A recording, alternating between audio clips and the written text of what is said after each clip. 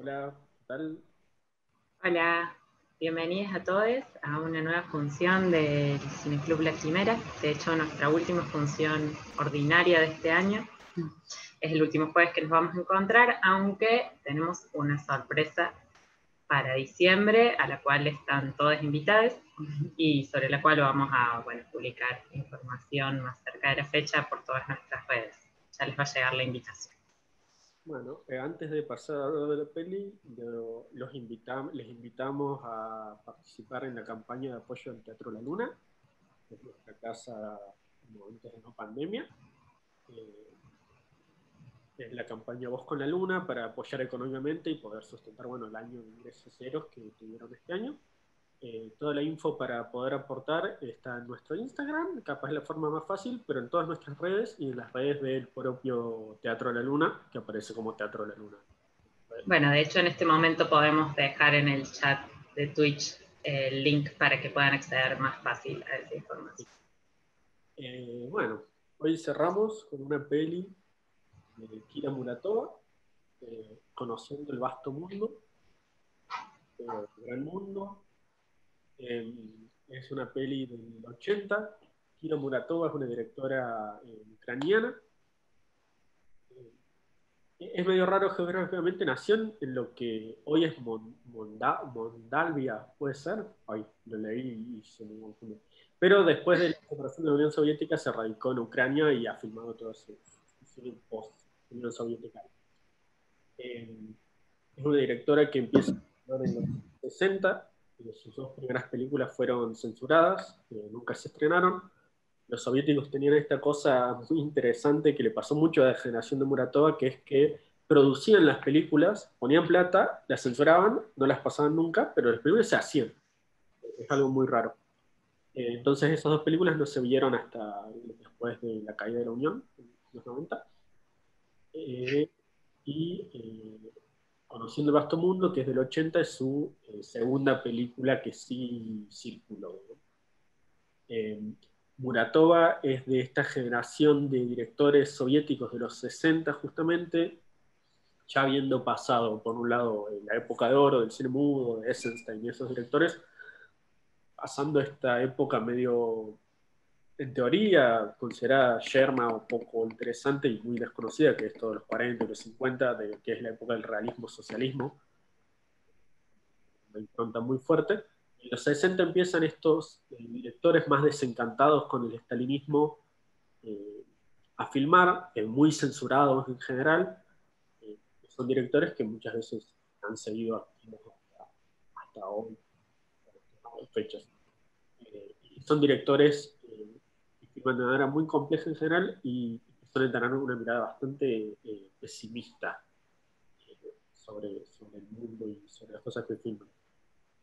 Creo que el más conocido, Tarkovsky sería de esa generación. Uno ya Tarkovsky lo piensa por fuera de cualquier cosa, por lo conocido que es, pero no, él sería de esa generación. Y otro director muy bueno es Alexei Sherman. Kira Muratova es de esa época. No es una directora tan conocida, ha tenido una retrospectiva en Bafisi, es prestigiosa, pero aún así sigue siendo una directora bastante desconocida por fuera del nicho más quizás interesado en el cine o más interesado en el cine soviético. Creo que ninguna de sus películas ha tenido una restauración ni una edición en Blu-ray, así que yo creo que es bastante desconocida todavía. Quizás su película más conocida es El síndrome asténico, que es la peli que hace justo antes de la caída de la Unión Soviética, que es una peli muy, muy, muy buena y muy, muy terrible, muy desoladora. Eh, En ese sentido, el cine de ella es bastante desolador en general. Es un cine que filma cosas muy grotescas, mucha desconexión, mucho eh, como andar sin saber por qué se mueven. En sus primeras películas está eso. Y especialmente la película que vamos a ver hoy, yo creo que es, por lo menos las películas que yo vi de ella, su película más luminosa, donde aparecen otros elementos, donde hay otro tipo de belleza en puesta. Eh, bueno, es una historia de amor, capaz. Totalmente. Bueno, de hecho con el Gaby estábamos hablando de que estábamos muy contentes de pasar hoy esta película porque es muy linda de ver, muy disfrutable, y al mismo tiempo es muy compleja también, como que combina elementos muy distintos entre sí. En ese sentido, quizás es llamativo que eso, como que pertenece de algún modo, o sea, si bien pertenece a un momento particular del cine soviético, sigue estando presente esta romantización soviética de la vida comunista, la romantización de la fábrica, de determinadas instancias de ese tipo, pero al mismo tiempo, no sé, está hecho de una forma muy especial, tiene mucho más aire. Eh, y toda la película es un poco así, ¿no? Está contada toda de un modo muy especial, y es muy disfrutable como una experiencia estética. Me parece que una buena cosa que podemos hacer al presentarles esta peli es invitarles a que se entreguen a esa experiencia estética en la que pueden pasar muchas cosas, no sé, como que de golpe un conductor de un camión se convierte en un bailarín de ballet sin que nos demos cuenta, o un corte de pelo sea algo tan extraordinario de filmar como un volcán en erupción, o un fondo donde hay chispitas por una construcción sea lo mismo que un cielo lleno de estrellas fugaces que son como el fondo de una escena de amor. Bueno, pasan un montón de cosas increíbles en ese sentido. Sí, hay una cuestión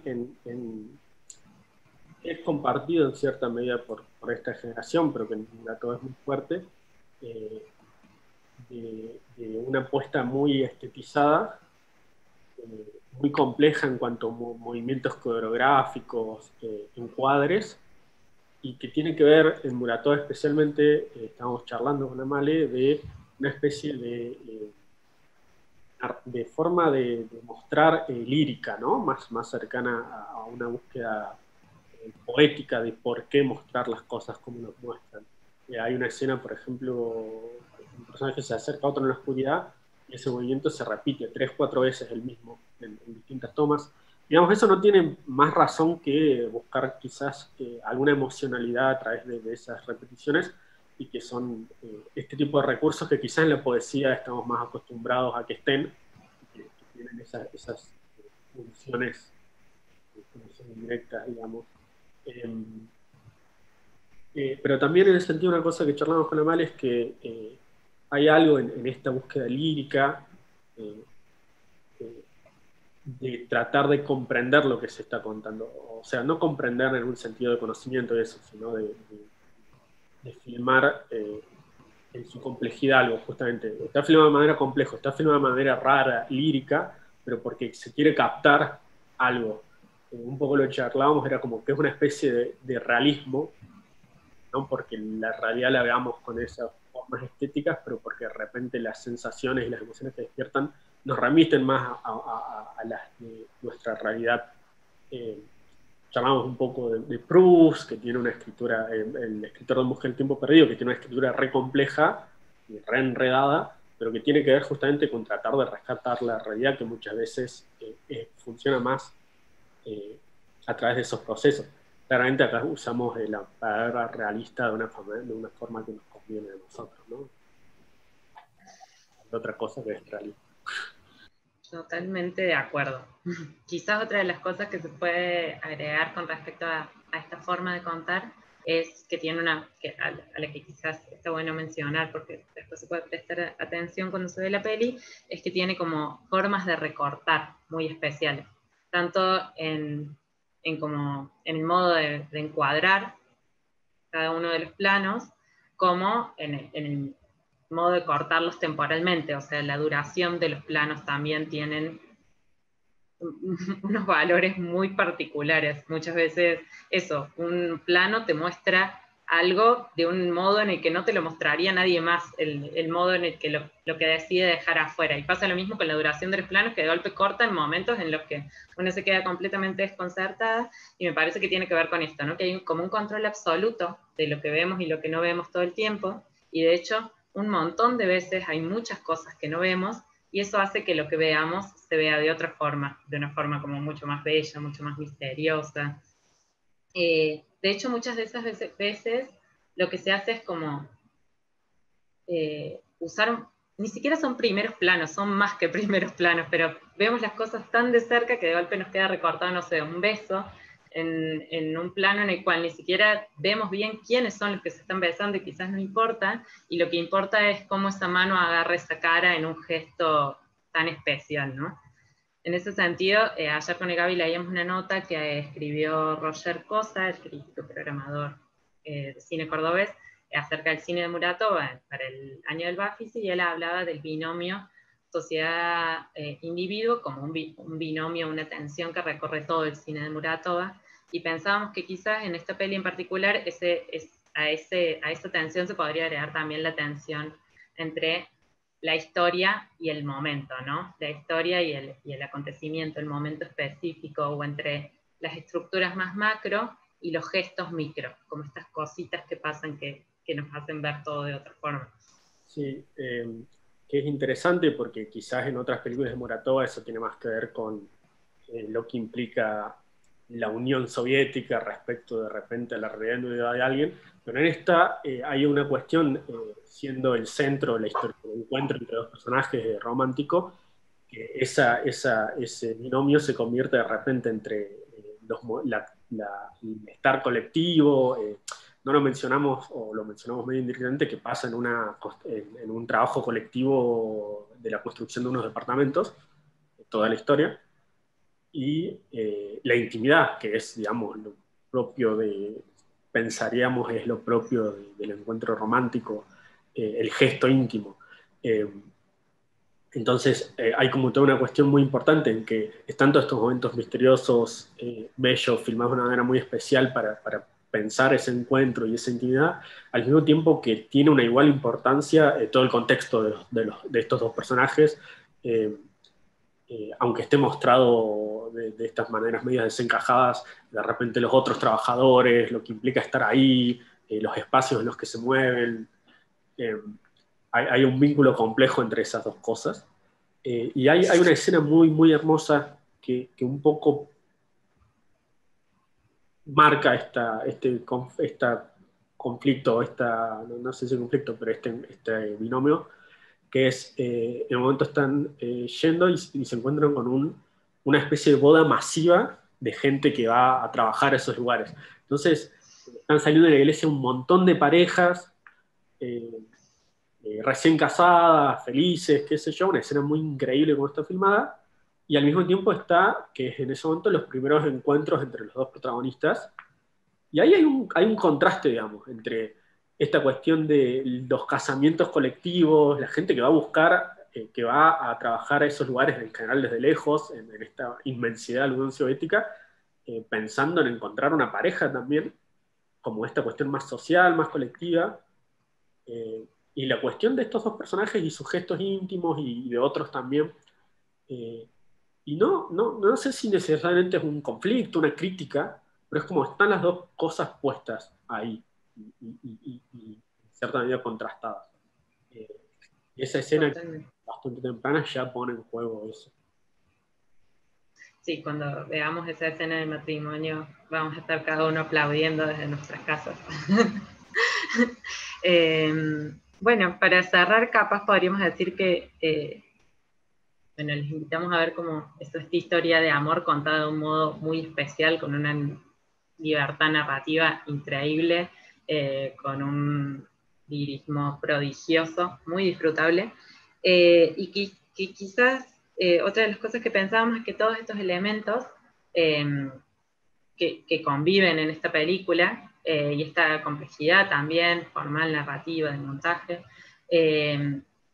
hacen que quizás una meta que podría tener muchísimas películas, que es poner en tensión qué es lo bello y qué es lo deseable, poner en discusión, digamos, esto, esta película lo logra, creemos, quizás, de un modo mucho más efectivo, ¿no? Que es algo que, bueno, se vuelve, me parece, cada vez más importante, ¿no? En las sociedades de consumo contemporáneas, poder disputar por qué sería más, por qué estamos tan acostumbrados a que a que se nos muestre en la cotidianeidad que, no sé, ir al shopping puede ser una tarea más deseable que alisar una pared, por ejemplo, ¿no?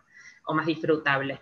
Y me parece que esta peli realmente consigue poner de manifiesto eso, que lo bello y lo deseable son un territorio de disputa. Sí, Que lo totalmente. logra muy bien.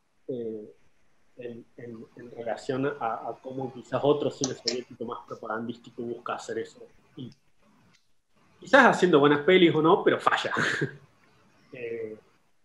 Y hay algo de esta búsqueda lírica más realista, pero sin negar la belleza de las cosas, y más yendo a particularidades, que justamente logra escaparse de esas lógicas de la sociedad de consumo, que es un ideal lo más particular. Y yo creo que la peli logra eso. Iba a decir algo más y me olvidé. Bueno, podemos cerrar y podemos agregar una postdata, cualquier cosa. Bueno, esperemos que disfruten mucho esta peli. La cerramos, digo, la elegimos para cerrar porque nos pareció muy bella. Y en cierta medida, esto es lo que yo pensaba, capaz en algún momento algún director logre tener, al directore, logre tener el talento de Muratova y haga una película del encuentro particular en contextos eh, quizás desesperanzadores como la pandemia, y uno puede hacer una linda película romántica pandémica atravesada por todo lo que rodea, como esta película, el paro de Chernobyl. Hagan esa película. Alguien que consiga contar como Muratova las historias de amor de la pandemia. Muchas gracias por estar en la función. Totalmente. Bueno. ¿Cómo? Ya les avisaremos cuando hacemos la función especial. Totalmente. Bueno, gracias por acompañarnos hoy y por acompañarnos todo este año, que fue muy importante que estén ahí del otro lado. Y esperamos Bueno, volver. que disfruten la peli. Que disfruten la peli.